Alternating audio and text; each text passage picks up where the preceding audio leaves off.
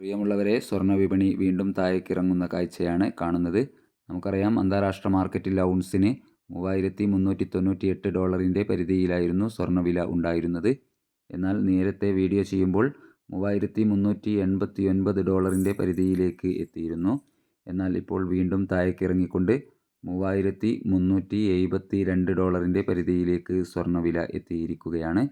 ഇപ്പോഴുള്ള കണക്കുകളനുസരിച്ച് സ്വർണ്ണവിലയിൽ ഇന്ന് പവന് 320 രൂപ റേഞ്ചിൽ വില ഇടിയുവാനുള്ള സാധ്യത നിലനിൽക്കുന്നു.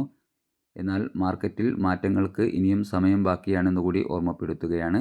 ഇനി ഇപ്പോൾ നിലവിലുള്ള സ്വർണ്ണവില ഒന്നുകൂടി പറയുന്നു.